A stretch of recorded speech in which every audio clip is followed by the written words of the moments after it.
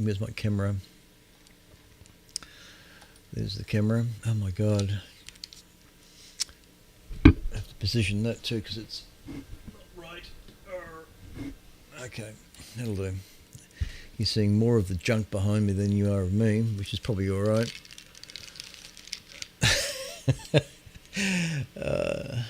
Well, that's it. Alright, I think we're kind of ready to go.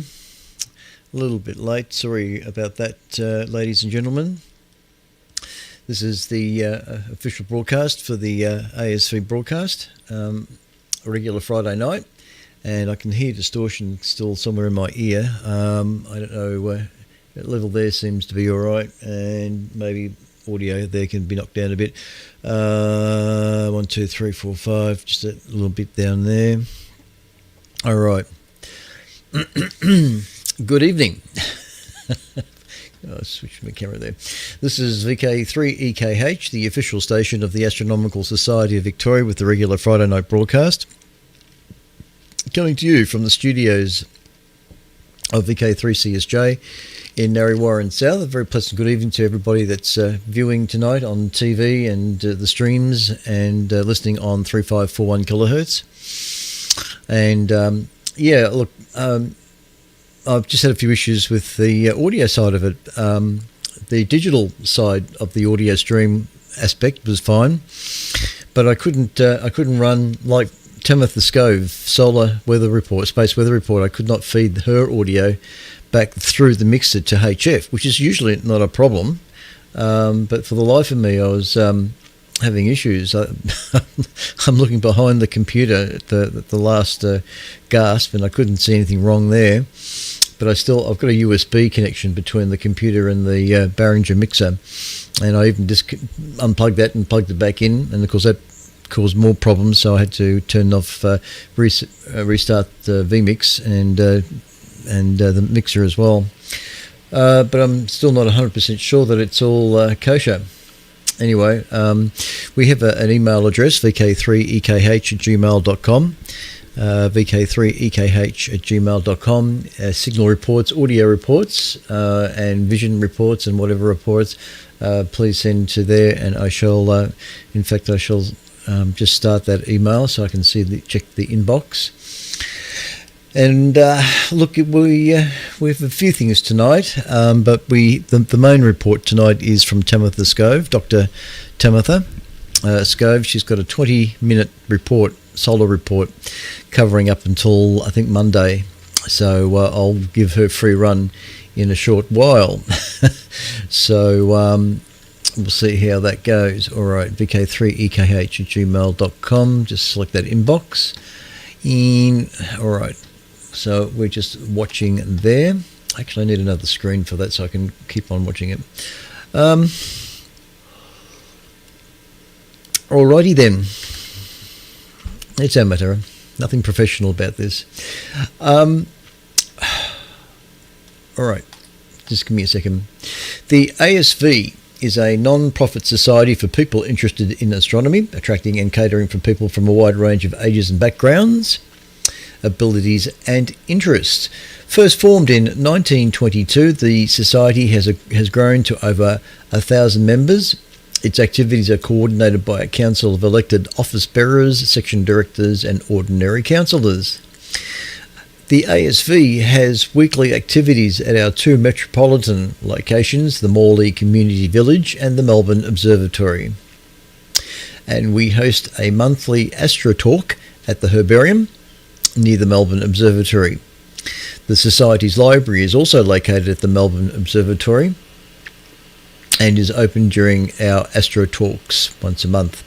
For over 50 years, the ASV has played a major role in the care of buildings and facilities at the Melbourne Observatory, and is open. Our members conduct astronomy for the people gatherings throughout the year, the American version of sidewalk astronomy, bringing telescopes and astronomy to Melbourne's parks and schools.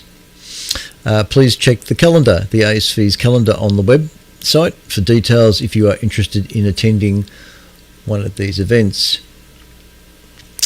The ASV is currently involved in a number of major projects.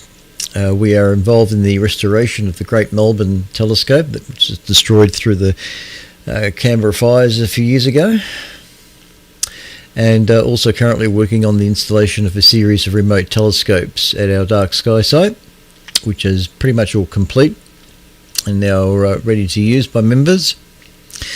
Thanks to the generous donation of one of the late former member of the ASV, Leon Mao, donating his property to the ASV, called the Leon Mao Dark Sky Site, LMDSS, located north of Melbourne, just outside Heathcote. Offers a pristine night sky view for deep sky observing.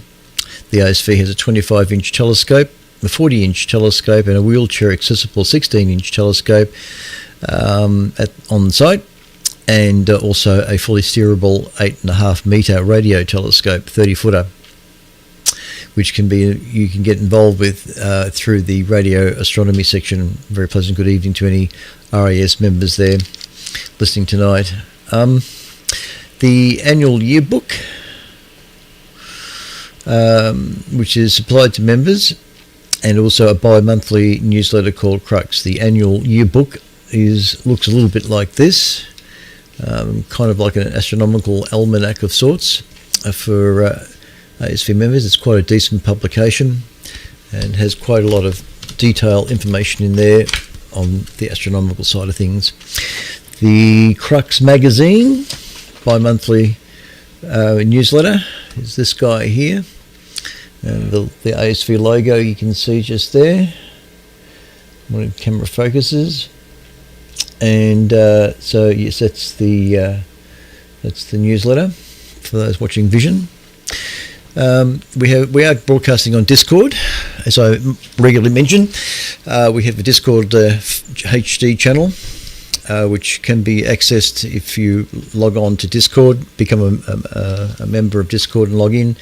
Go to my qrz.com page for either call sign VK3EKH or VK3CSJ, and I offer a universal password, or it's actually a link, to be able to access the astronomy chat room, the ASV chat room, which is the HD channel is linked to. And as I say every week, because what's good about that is that the ATV or the Vision is less than a second delay from what you're hearing to me on the radio right now. Whereas with YouTube, it's anything up to 20-second delay. So if you can put up with that, that's okay. On YouTube, it's just look for the live indicator, and hopefully the modem won't fall over due to 80-meter RF. All right, that's got that all out of the way. The ASV website is www.asv.org.au. That's www.asv.org.au. And you'll find out everything that you need to know about the society. All right. I don't want to go over time too much. I don't want to go past 11 o'clock if I can help it. So I might miss out on a few articles I've put there just because of the late start.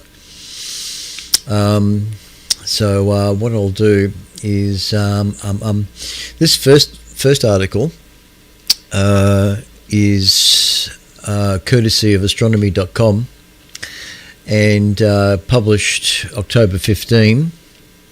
And it's titled "Moonquakes Are Primary Trigger for Lunar Landslides Study Finds." And I think the only image they've got in this article is, of course, of the moon. And it's a pretty nice looking moon, although it's the kind of moon that one would see if you're in the northern hemisphere. So you're just going to have to live with that it is upside down to how we would see it. So there it is, a good old moon. A new study analysing 15 years of lunar images finds that internal seismic activity, not meteoroid impacts, is the primary trigger for the moon's most recent landslides. The findings suggest that lunar interior is still geologically active, and that's challenging the long-held assumptions about our celestial neighbour, it seems. The moon may seem like a lifeless, unchanging world, but new research reveals it's more geologically active than previously understood. A team of Chinese scientists has identified 41 new landslides on the lunar surface that formed since 2009, including they were most likely triggered by seismic activity, they reckon. This discovery has significant implications for our understanding of lunar geology and the safety of future moon bases, of course.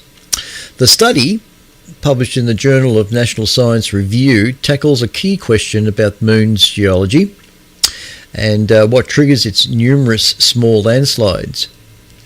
By analysing images of 74 locations over 15 years from NASA's Lunar Reconnaissance Orbiter camera, researchers tested the leading theories of impacts versus internal moonquakes, and their conclusion is that the moonquakes, seismic activity initiating below the surface, not meteoroid impacts, are the dominant force behind the moon's current active landslides. They say that our work reminds us the moon is not a static, dead world. Besides abundant new impacts, landslide is active today. These insights bridge a gap between past lunar history and present-day processes advancing both science and mission planning. For decades, scientists have wondered what causes the widespread landslides on the moon, and these events are a key process in shaping the lunar landscape and represent a potential but understudied geohazard for future exploration. While ancient landslides could be massive in scale, the 41 newly identified events are much smaller, typically less than about 2/3 of a mile, 1 kilometre long. This new research helps solve the long-standing mystery of their trigger, pointing to moonquakes as the primary cause and suggesting that some forces were very likely responsible for landslides in the moon's distant past. And just seeing if I can just shortcut this article. What caused the landslides? After identifying the landslides, the scientists worked to determine the trigger. For 29%, 12 out of 41 of the landslides, they found a strong spatial correlation with a new impact, a tiny crater, often less than 2 metres wide, appeared right at the landslide's starting point. However, the researchers stopped short of confirming direct causation because of the large gaps in time between the before and after images. They couldn't be certain that the two events happened at the same time. Furthermore, these landslides occurred on slopes that were already highly unstable and near the tipping point. The evidence has just suggested that these few cases, the tiny impact may have provided the final gentle nudge to the material that was already ready to collapse. The ground shaking from these small impacts must have been incredibly localized because their nearby boulders on some of the slopes showed no signs of movement. And this, combined with the fact that some even larger recent lunar impacts did not cause landslides, demonstrated to the team that impacts are not an efficient landslide trigger. The team also investigated another possibility: thermal weathering. The moon's surface experiences intense temperature swings every day. This constant stress could theoretically crack and break down exposed rocks, causing them to crumble and slide. However, when the researchers examined the starting points of the landslides, they found no evidence of exposed bedrock. Instead, the areas were covered in a layer of regolith, lunar soil, which acts as a powerful insulator, protecting any rock underneath from extreme temperatures. With no vulnerable rocks to break down, the team ruled out thermal weathering as a likely trigger. By eliminating other possibilities, the researchers concluded that the moonquakes were the only plausible driver for the majority, 71%, of the new landslides. The conclusion was bolstered by the landslide's location. They were not randomly distributed. Most were clustered in one of the eastern basins.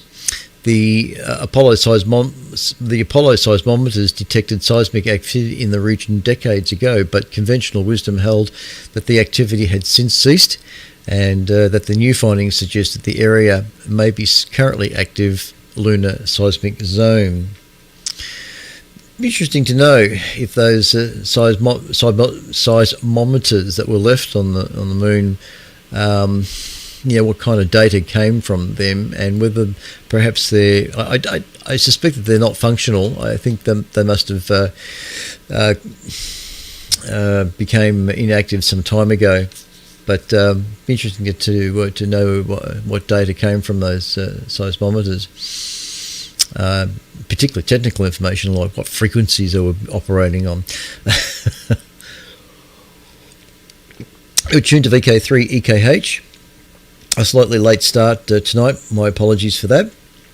Now, the only other article that I might squeeze in here before 10 minutes go, it looks like Starship's 11th test flight marks a new era in SpaceX rocket. As we know, generally when it comes to SpaceX launches, they always explode. But they say here that the massive vehicle caps off a tumultuous year with a successful mission as SpaceX turns to the next phase of testing. And there is just a quick picture here that I found of a launch. I think that's nothing particularly fantastic. They say here that SpaceX Starship rocket successfully completed its 11th test flight on Monday, capping a fantastic year for the hulking vehicle as the company looks to pushing the envelope with more powerful configuration. Monday's tests continued Starship's return to form, making it its second consecutive re-entry and splashdown following a string of in-flight and test stand mishaps.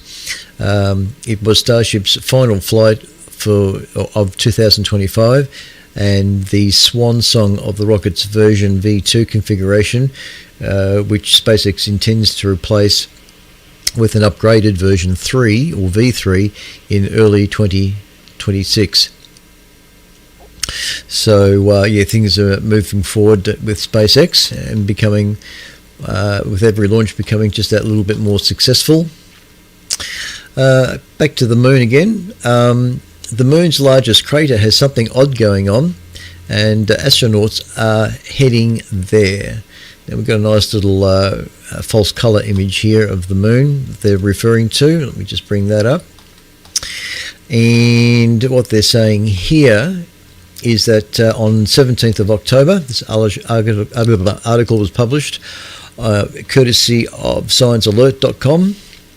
The gravitational interaction between the Earth and the Moon has led to one hemisphere of the Moon being locked facing away from the Earth, but don't be missiled though. The Moon does rotate. It just takes as long to rotate once on its axis as it takes to complete an orbit of the Earth. Yep, okay. It is known as a synchronous rotation, and on the far side there is a massive crater called the South Pole Aitken Basin, AITKEN, spanning over almost 2,000 kilometres from north to south and 1,600 kilometres east to west. This ancient impact crater formed roughly 4.3 billion years ago when an ancient asteroid delivered a glancing blow to the young moon. A new study from the University of Arizona reveals that this colossal crater holds secrets about the moon's formation and early evolution. Jeffrey Andrews Hanna and his colleagues had the discovery or made the discovery by careful analysing the shape of the South Pole Basin. Giant impact basins across the solar system share a characteristic teardrop shape, narrowing in the downrange direction of impact, which you can kind of make out the way they've got it pictured there in that picture. There's a natural coloured image here. I'll bring that up next, which is this fella. And they go on to say that previous assumptions held that the asteroid struck from the south, but the new analysis shows that the basin actually narrows towards the south, meaning the impact came from the north instead.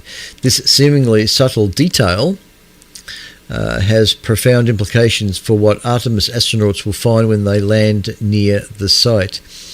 Impact craters don't distribute their excavated material evenly. The downrange end of a basin usually gets buried under a thick blanket of ejectica material blasted from deep within the moon's interior. During the collision, the upper range end receives far less of this debris field. Since Artemis missions are targeting the south rim of the basin, the corrected impact direction means astronauts will be landing in exactly the right spot to study material from the moon's deep interior, essentially getting a geological core sample without needing to drill.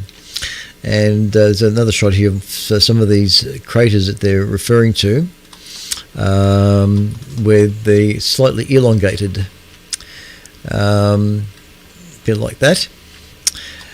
And what makes this discovery particularly exciting is what the excavated material contains. Early in its history, the moon was covered by a global magma ocean. As this molten layer cooled and crystallized over millions of years, heavy materials sank to form the mantle, while lighter materials floated to create the crust. However, certain elements resisted incorporation into solid rock and instead became concentrated in the final dredges of liquid magma. And these leftover elements, potassium, rare earth elements, phosphorus, collectively known as creep, K-R-E-E-P, refused to solidify until the very end. And I might just leave that there. But I've got just another shot of that colourful image there. Did I save that? No, I didn't. It's just this one here I'm talking about. There is another picture of that with the whole moon in shot. The other side of the moon. All right. VK3EKH, the official station of the Astronomical Society of Victoria. And I think what I'll do at this point in time, just check what else I did have here. Apparently there was an asteroid past the Earth just recently. Asteroid discovered only 2 days ago. Just flew by Earth closer than the moon, apparently. 2025 TP5 was only discovered on October 13.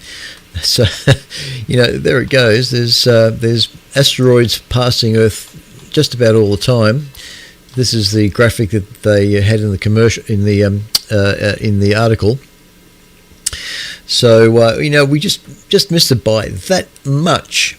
So and it makes me wonder that anything like that comes so close to Earth, there must be a gravitational effect on the asteroid that ultimately changes its orbit ever so slightly.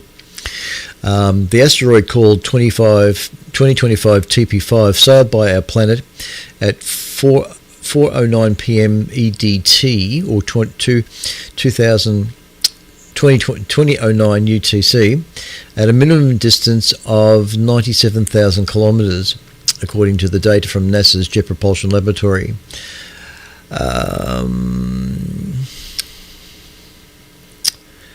Just seeing if they've got an idea of its size. I can't quite see that. It might be a reference to its size. But that's on space.com if you want to follow that up. Space.com. Asteroid discovered only 2 days ago, just flew by Earth closer than the moon, published 2 days ago. Space is such a dynamic place. All right, back to vMix, and now I will queue up Tamitha. So sit back and relax and listen to Tamitha's latest space weather report, and let's just see what's been going up on our own star and what's been going on. Let's just hope that I can get the audio to pass through without any major issues. You're tuned to VK3 Echo Kilo Hotel, the official station of the Astronomical Society of Victoria. Now across to the space with the woman, Tamitha Scove.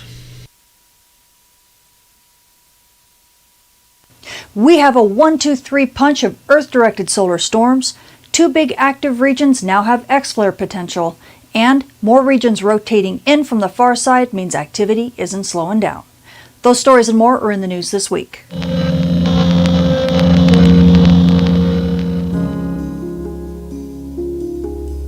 If you want to learn how weather from our star causes impacts at the Earth that shape the future of our world, join Professors Dr. Jenny Meehan, Michael Cook, and myself as we guide you through a space weather certificate program like no other. To enroll in the Space Weather and Environment Science program offered at Millersville University, go to millersville.edu/SWEN. It's weather for the 21st century. This forecast also sponsored in part by CW Ops. Space weather this week starts off with a bang. You can see region 4246. It was already in the middle of firing off a kind of a warm-up solar storm. This is a solar storm that was actually Earth-directed and is actually hitting us right now, but it's pretty wispy, and so it's not causing much of a disturbance. But that's just a warm-up for what it starts doing over the next few days. Starting around the 12th, you start seeing it crossing through what we call a hot longitude, and it causes the region to really start growing and start firing off bigger and bigger flares. We've been getting R1 level radio blackouts, but then it fires off this. You can see a little bit of this wispy kind of stuff in here, these dimming regions. This was an Earth-directed solar storm. It's one of 3 that we are waiting to hit us. They had that one hit on the 12th, and then on the 13th it fires off another one. You'll see it right here. Boom, there's another solar storm launch and a big flare, and again another one with all the flickering. Boom, right there. It's kind of hard to see, but we'll show it to you in coronagraphs. So we have 3 Earth-directed solar storms that are kind of back to back to back, all within the last 24 to 36 hours. In fact, as we take a look in coronagraphs, you can see the first one. This isn't it right here. You'll see a small little kind of eruption right in front. It's a little bit faster. Whoosh, right there. Do you see this kind of loopy thing that's sitting in front? It's a lot easier to see from stereo's perspective, and we'll show that in a minute. But this is kind of a camouflaged solar storm launch. That was the first launch. Then as we move forward in time, you can take a look at this next one.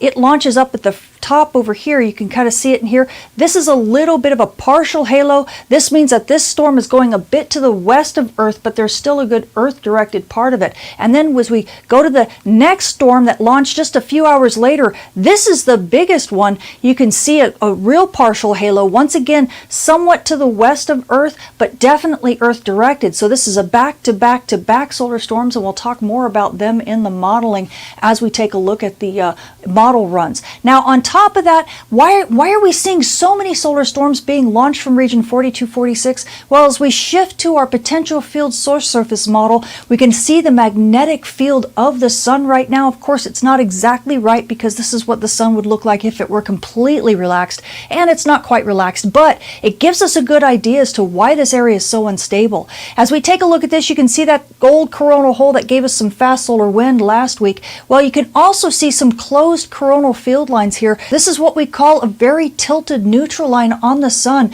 and the magnetic field just kind of has to follow it. But when it bends like this, it makes it a little bit unstable in this area. Plus, we had that coronal hole that made it worse too. So this is part of the reason why you see region 4246 as it rotates through those hot longitudes and grows and becomes unstable.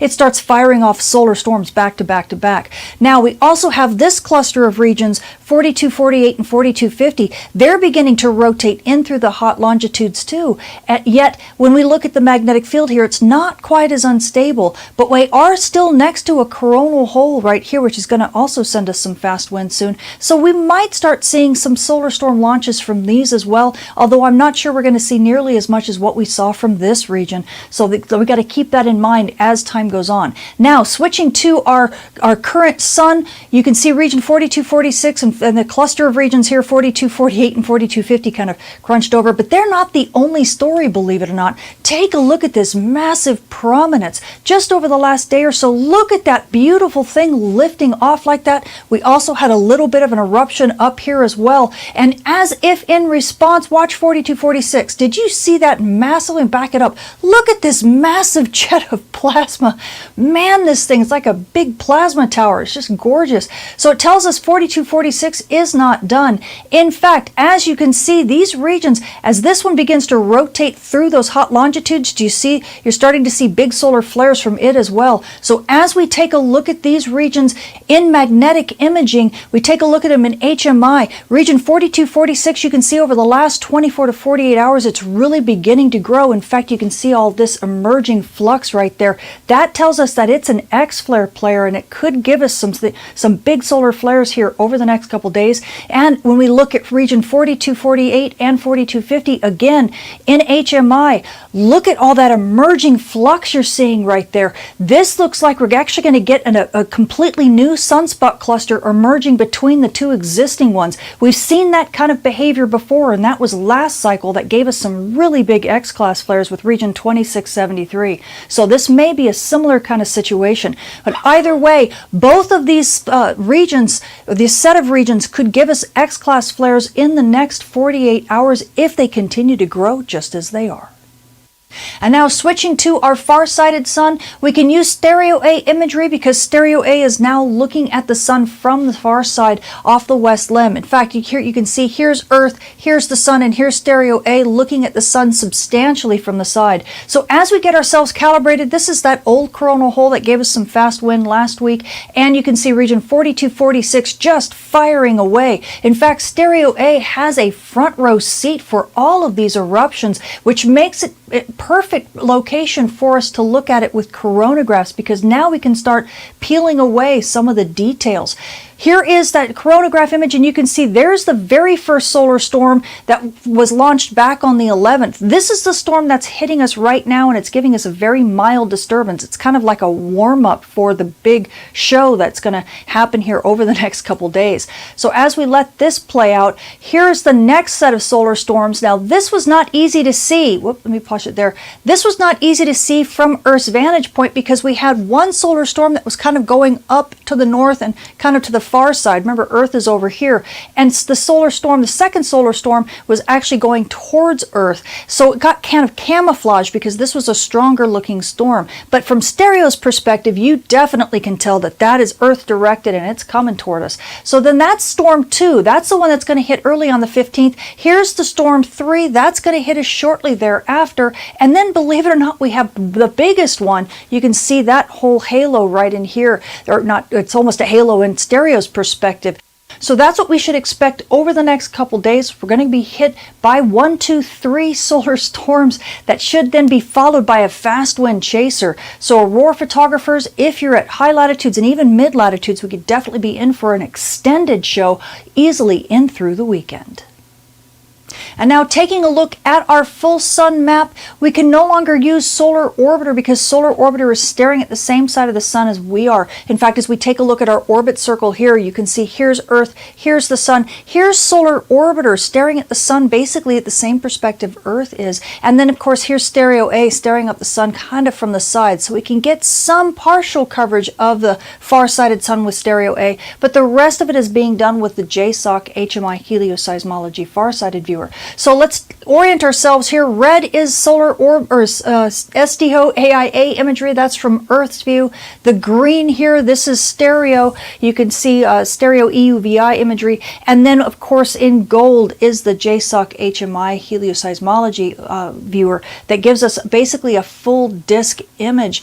And so as I put this in motion, you're going to hopefully you see that old coronal hole right there. You can see region 4246 as well as the new regions pop in. You see them being numbered 4248, and then 4250 comes along. But let me flip over here. So you can see the east limb being delineated here in the west limb. So this is now the far side of the sun. And as you can see, we've got some regions here, but look at these old clusters. These are the regions, there's actually two sets of them, 42, 26 and 27, and then this other cluster, which is 42, 38, and 39. These sets of regions are going to be rotating back into Earth view here over the next probably 4 days or so, and they have been active on the sun's far side, so expect to see more activity rotate into Earth view, even as region 4246 and 4248 are still growing and becoming big X-flare players. So amateur radio operators, I know it's getting to be tough on the day side of Earth right now, with the radio bands getting so much noise and the radio blackouts coming faster and larger. And sadly, it looks like as we move into next week, we will continue to have a lot of this activity. So just kind of hunker down and bear with us over this next week and possibly longer until these regions calm down. And now, taking a closer look at our Earth-directed solar storms, we switch to our solar storm prediction model, ENLIL. Now, this is NOAA's version of the model. The top panel's density, the bottom panel's velocity. You're looking down at the sun from the North Pole, with Earth being off to the right. And as I set this in motion, this is going to have multiple solar storms coming out at us. You can see the first one here, the second one there, the third one there. These are the 3 sets of solar storms that came off as that 1, 2, 3 punch that should be hitting us right about the 15th. In fact, as we take a look at our first hit, this one is going to arrive about midday on the 15th, according to NOAA. Then we move forward in time and we get the second one that's going to hit us about noon on the 16th. So they're about 24 hours spaced. And then the third one is going to hit us again about noon on the 17th. So it's 15, 16, 17, bam. And then you can even see the pinwheel of fast solar wind. This is a stream interaction. You can see the fast solar wind here, and the velocity is being super red, meaning that it's really strong. In fact, it looks like we're going to be coming above 600 kilometers a second. So that's going to be a fast wind chaser after all of this. So expect storming to start on the 15th and move in through the 17th and possibly the 18th before things begin to calm down. And it's not even clear that it's going to be calming down on the 18th. If this fast solar wind is super fast, it could actually keep us storming for quite some time, because Earth is going to be so preconditioned from these solar storms hitting us back to back to back. Now, as we switch to our NASA's version of the model, NASA doesn't put all of their solar storms all together at once. So I did a composite to try to show you what we expect. And in fact, I even caught that very first solar storm that's hitting us now, because it did a pretty good job modeling even that weak one. So as we take a look at NASA's version, again, you're still looking down at the North Pole of the sun, with Earth being off to the right. And if you kind of, as I step aside here, you're actually going to see that very first solar storm being launched, it was kind of launched to the northeast of Earth, but you'll watch it come out here like this, and I think I even have it annotated. This thing was supposed to be hitting us early on the 14th. It's actually hit us a lot later. It's hit us basically almost early on the 15th. So sadly, what this means is that we actually are not getting much of a disturbance from this region or from this particular storm at all. But it is kind of a nice warm-up to get Earth kind of ready to storm for you aurora photographers. So we're calling this storm 1. But then as we move forward, you can see the storm 2, 3, and 4, right? This is the 1, 2, 3 punch right here. You can actually see them 1, 2, 3 kind of overlaid as I've done this here. So that's what we've got labeled here. You can see them both, to storm 2, 3, and 4, just kind of hitting over the course of time. And that's going to get us through about late on the 16th, and then we've got that fast solar wind. As you can see, a little pocket right here, that's that fast solar wind, and that's going to start hitting us right around the 18th as well. So expect that we are going to be storming easily from the 15th, about midday, in through the 18th and possibly longer. So aurora photographers, if you're at high latitudes, definitely going to get a decent show over a long period of time. I know there's a lot of areas that are very cloudy, so hopefully this will give us a chance to find some clear skies in a few places. And those at mid latitudes, well, the peak is going to probably be between the 16th and 17th. That's what I'm guessing. So definitely keep your batteries charged and just keep your eyes on the skies.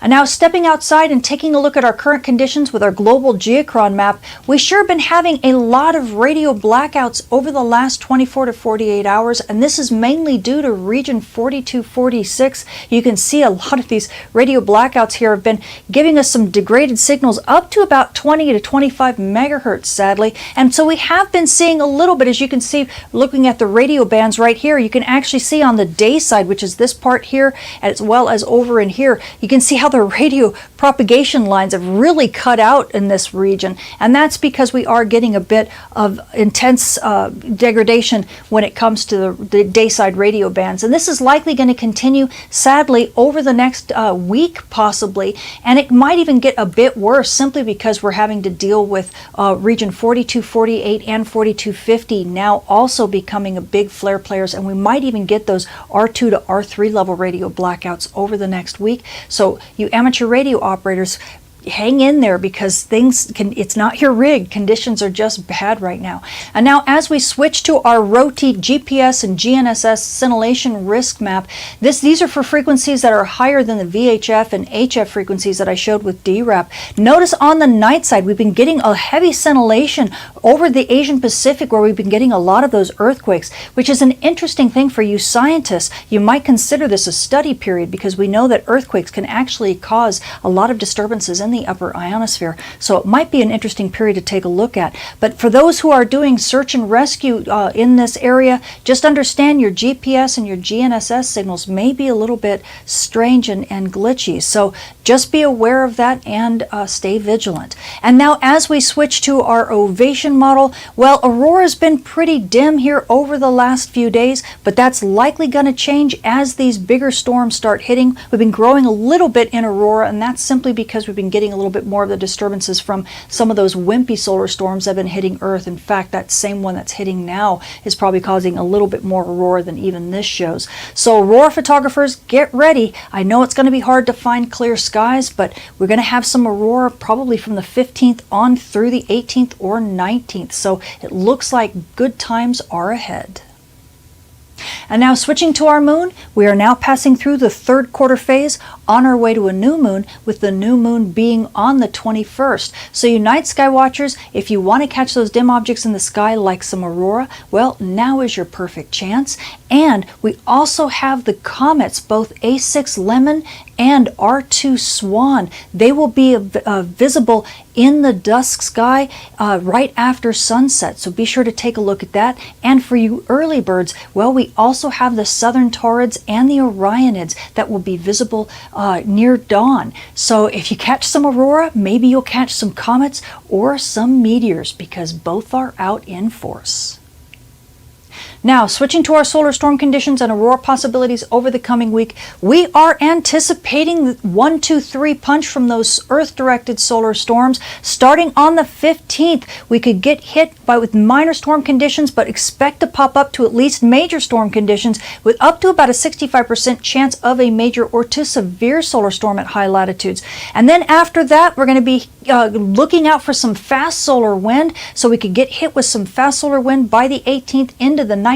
So aurora photographers, if you're at high latitudes, this is an excellent week to be chasing aurora. And keep your fingers crossed, keep your batteries charged, and get ready. Now, aurora photographers at mid-latitudes, well, we're not going to start quite as strong, but we are still expecting a hit on the 15th. We could bump up to minor storm conditions by the 16th and the 17th, and then, of course, we're going to go into that wind watch by the 18th. So we do have up to about a 20% chance of major storm conditions. We shall see, but expect at least a G1 level conditions over the 16th and 17th, and then things should be settling down by the time we get through the weekend. So there's a good time to chase aurora if you have clear skies, and it's a great time because the moon is dim.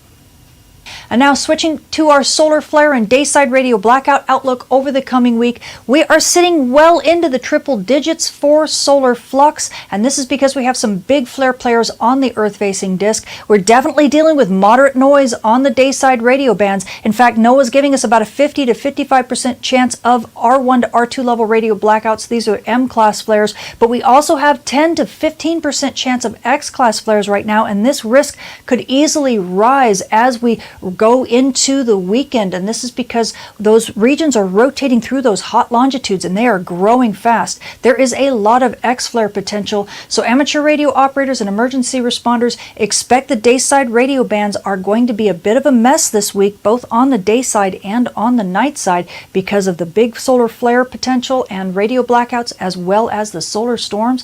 It's just gonna have to hunker down and bear with us. And now switching to our radiation storm and polar aviation outlook over the coming week, everything is in the green when it comes to radiation storms right now. We are sitting at the D1 normal range. This is at flight level 360 for you aviators. It's also the S0 quiet range for everyone else. We are getting a little bit of trapped radiation, not that much, not even enough for me to put it as enhanced, but we're kind of keeping an eye on it. NOAA's giving us about a 10% chance of an S1 to S2 level radiation storm over the next couple days. I expect that's going to rise to about 15%. We're going to see what happens with these X-flare players. We could see this rise really, really quickly here over the next few days, depending upon how these regions grow. So if you are an aviator or a flight crew or a high-risk passenger, please pay attention to those ICAO advisories, because these conditions could change very, very rapidly. But right now, you're all in the green. So the space weather this week is getting very exciting. We have a 1, 2, 3 punch of solar storms on their way to Earth, and it's going to be followed by a fast wind chaser. So aurora photographers, if you're at high latitudes, expect aurora basically all week. Aurora photographers at mid latitudes, expect around the 16th and 17th. That's going to be probably your biggest bet for aurora, but you could also get it easily starting the 15th and possibly in through the 18th or 19th before things calm down. Now, amateur radio operators and emergency responders, well, sadly, this is not the best week for you. We've got a lot of radio blackouts and noise on the dayside radio bands, and this is going to continue. In fact, it's going to get worse before it gets better. So just kind of hunker down and deal with it. And then on the night side, of course, the solar storms aren't going to make life any easier for you. So you're going to have to deal with disruptions pretty much all the way around. And now GPS users, well, the same kind of issues for you. We're not having great reception on the day side because of these radio blackouts, and of course on the night side, anywhere near aurora is not a good place for you. So stay vigilant near dawn and dusk, stay away from aurora, and when those solar storms hit, be sure to calibrate your magnetometers often if you are a drone pilot. I'm Tabitha Sko, the Space Weather Woman. Thank you for watching.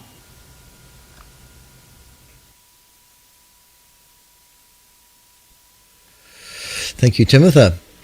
It was a marathon session that went for about 21 minutes or so, and certainly covered quite a few things there. So that takes you out to Sunday. So thank you, Timothy, for that. Excellent stuff indeed. All right. It's gone 11 o'clock, and which means that I'll just do a quick cover of what space weather, spaceweather.com is telling us. That's the current disk of the sun as we speak, and several sunspots there, which of course Timothy has just been talking about. Let me bring up the website. Okay. So the solar wind is currently at 409.7 kilometres an hour at a density of 15.61 protons per cubic centimetre, and that's the disk of the sun. And the aurora australis, if I can just get back to VMix, is looking like this at the moment. So there's a little bit of a auroral activity over the South Pole, but nothing is reaching as far as the mainland at this point in time. So that's the current glow. And the coronal hole that Timothy was talking about is looking like this at the moment. So a lot of high particles, high energy particles are streaming from that hole, which is again what she was referring to, heading towards us. I think she said something like 600 kilometres a second. So amazing stuff. And if we go back to there, so the sunspot number is currently 132. The radio flux is currently at 161 solar flux units measured at a wavelength of 10.7 centimetres. The KP index is looking for it. Where are you? There we are. Planetary K index is 2.67, which is considered quiet, and over the next 24 hour, the maximum is also going to be hovering around 2.67, which is also considered quiet, for what that's worth. Now, Space Weather is reporting that the geomagnetic storm watch has been downgraded. The failure of any CMEs to strike Earth on October 16th has prompted NOAA to downgrade today's geomagnetic storm watch from G2 moderate to G1 minor. The incoming CMEs were probably off target. A belated glancing blow could still spark Arctic auroras on the 17th, is what spaceweather.com is reporting. There's a quick reference to Comet Lemon, who's the name of the person who discovered the comet, and there's a bit of a picture here of that. Not a fantastic picture, but it's what spaceweather.com is putting up there. So Comet Lemon, Lemon, is approaching Earth.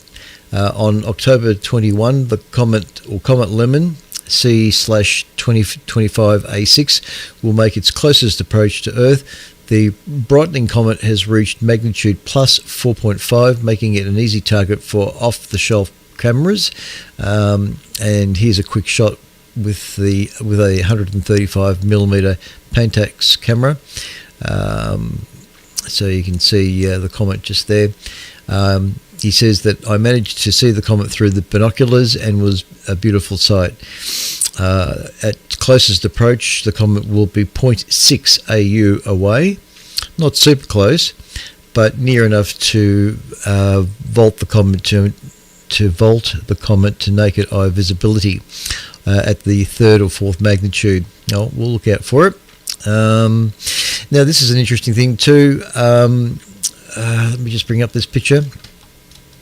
What are we talking about here? The Tholian Web. Now, this is where you have to be a bit of a Star Trek fan. The Tholian Web, Tholian, Tholian Web. Readers of a certain age will remember the Tholian Web. It appeared in a 1968 episode of Star Trek, the original series. Captain Kirk was caught between the dimensions while Spock and crew rushed to rescue him. At the same time, the Tholians weaved a destructive energy web around the Enterprise. Anyway, what we're getting at... Fast forward to 2025, the Tholian Web is real, in a sense. What you're actually seeing here is checkerboard streaks in this image were photographed by Lorenzo of Saint something or other in Italy. He says he was trying to take a picture of Comet Lemon in September, but as the exposure time increased, more and more Starlink satellites crossed the field of view. He says it seems that the promise of Musk of dark satellites is completely void. They are really bright, 2nd to 3rd magnitude, and this makes me worry for the future quality of the sky. He's right to worry. Right now, Earth is surrounded by about 8,000 Starlink satellites, with future plans calling for 42,000. Amazon Project Kuiper has begun launching its own planned 3,200 satellite broadband fleet, while China is building to more mega constellations.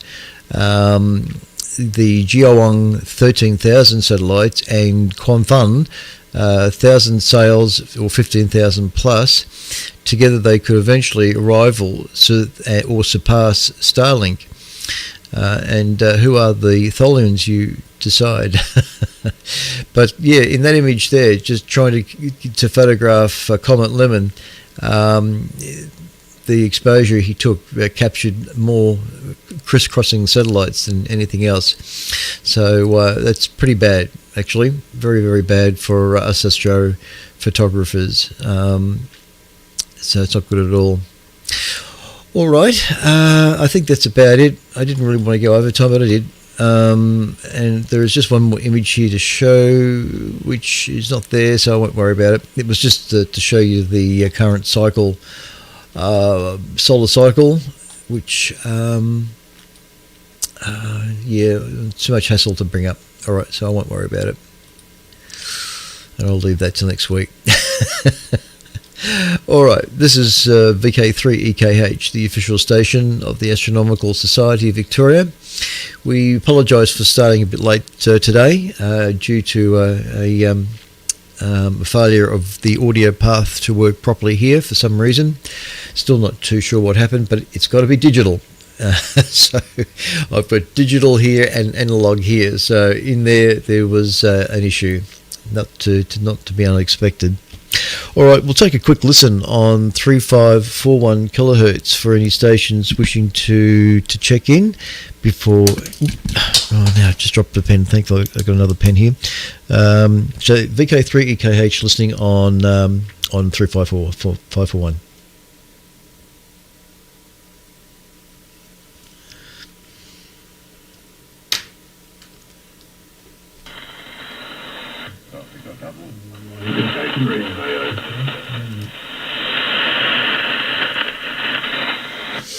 All right,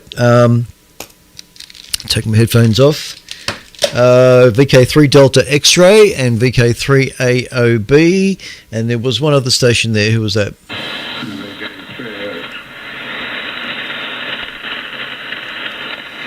VK3 OX. Oh, all right. Any other stations wishing to check in? All right, VK3 Delta X-ray. Greg, have a say, mate. VK3 EKH. Yeah, good on you, Clint, and good evening there to and VK3OX. I'm not sure who it is. But anyway, all good signals.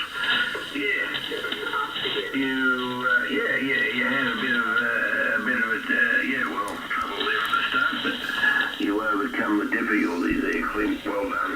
So there you go. Quite an interesting broadcast.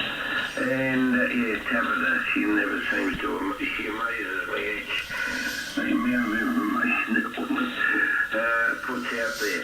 And the graphics on that is tremendous.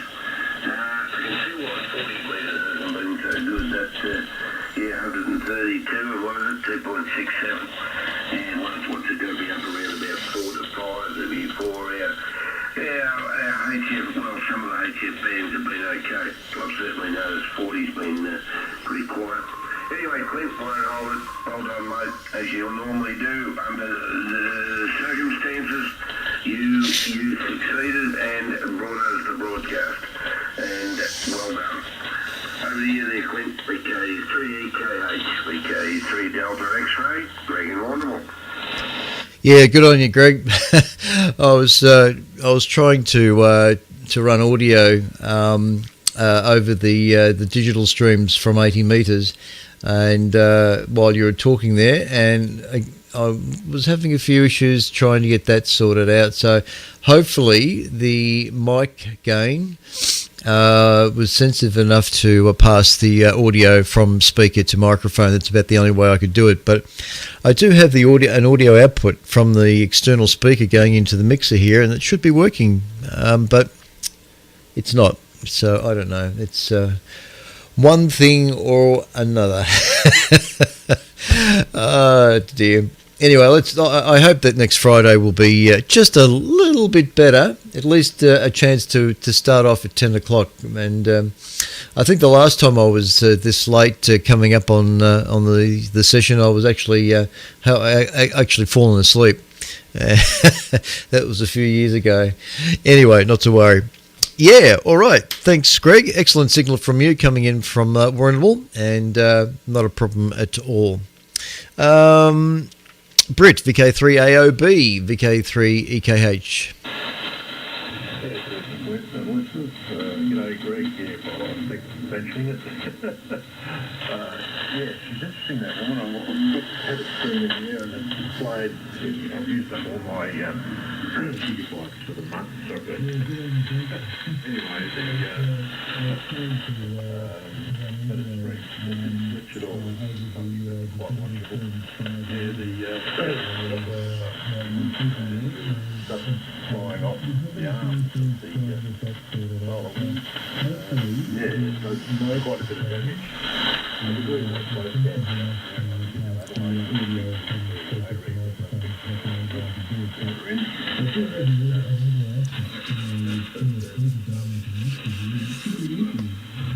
Close game mode.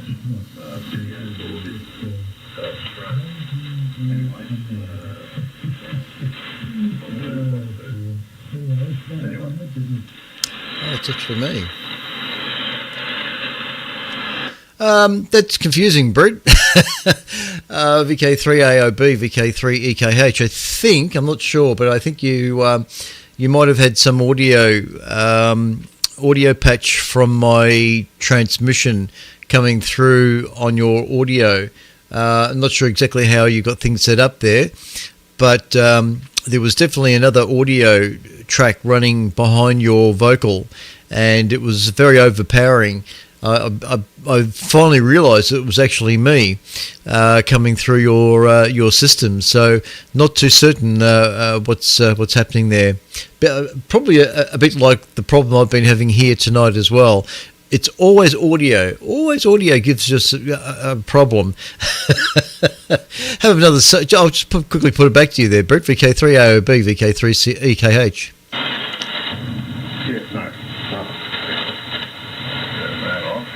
That should be a lot better, I hope. 1, 2, hello, test. 1, 2, 1, 2.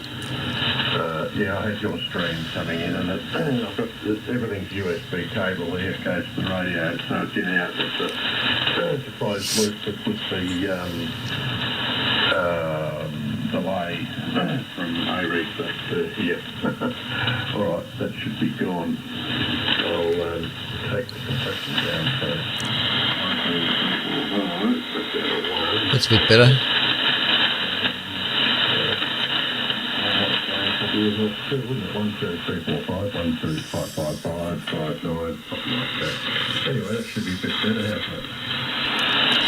Oh dear. Yes, you usually do adjustments well before the broadcast starts at 10 o'clock. So yeah, no, that's better. There's the loop is gone, and lots of bass end in the audio, but it's sounding okay. So that's far better. Not a problem at all. All right, now across to Jim, VK3OX.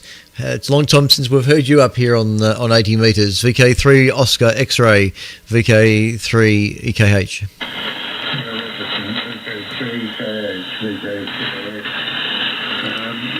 Looking at the log here, it's first time in 6 months I've even switched the rig on, so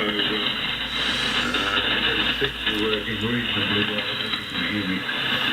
You're cycling on site. One thing I wish you might do is just take a break every now and again. I don't know how long you've actually been transmitting, but it seems a long time. I usually get bored and go off and do something else, but it's past my bedtime anyway. But good to hear you again, and regards to the other stations listening on the side. VK3EKH, VK3OX. Yeah, no worries, Jim. VK3OX, VK3EKH, VK3CSJ on the microphone. No worries, Jim.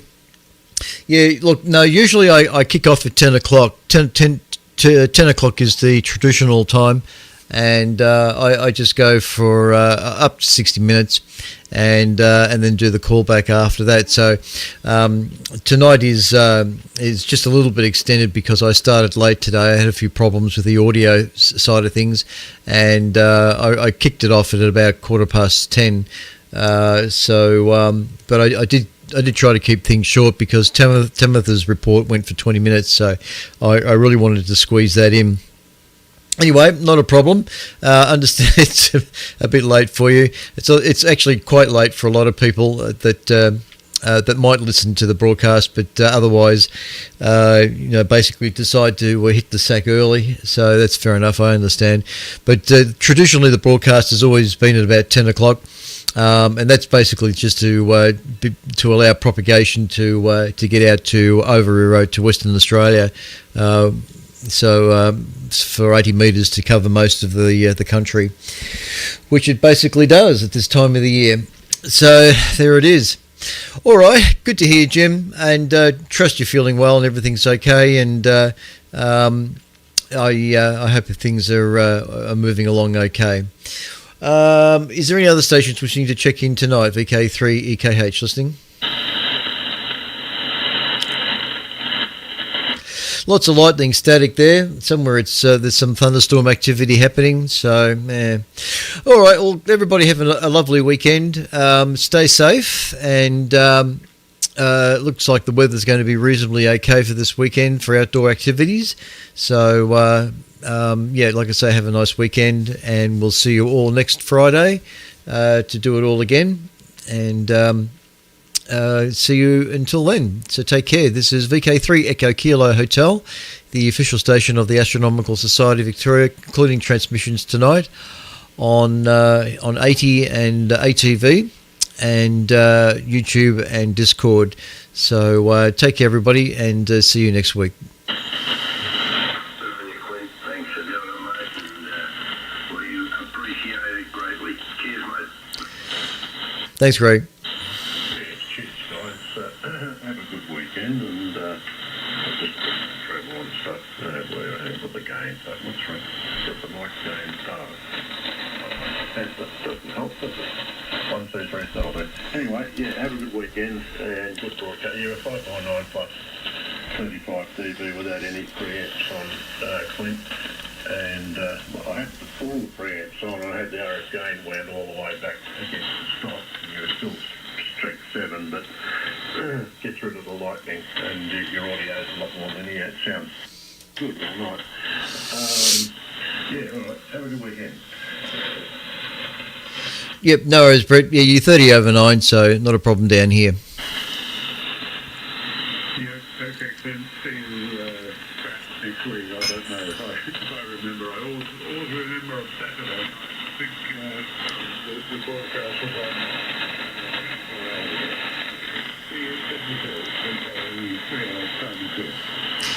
Thanks, Jim.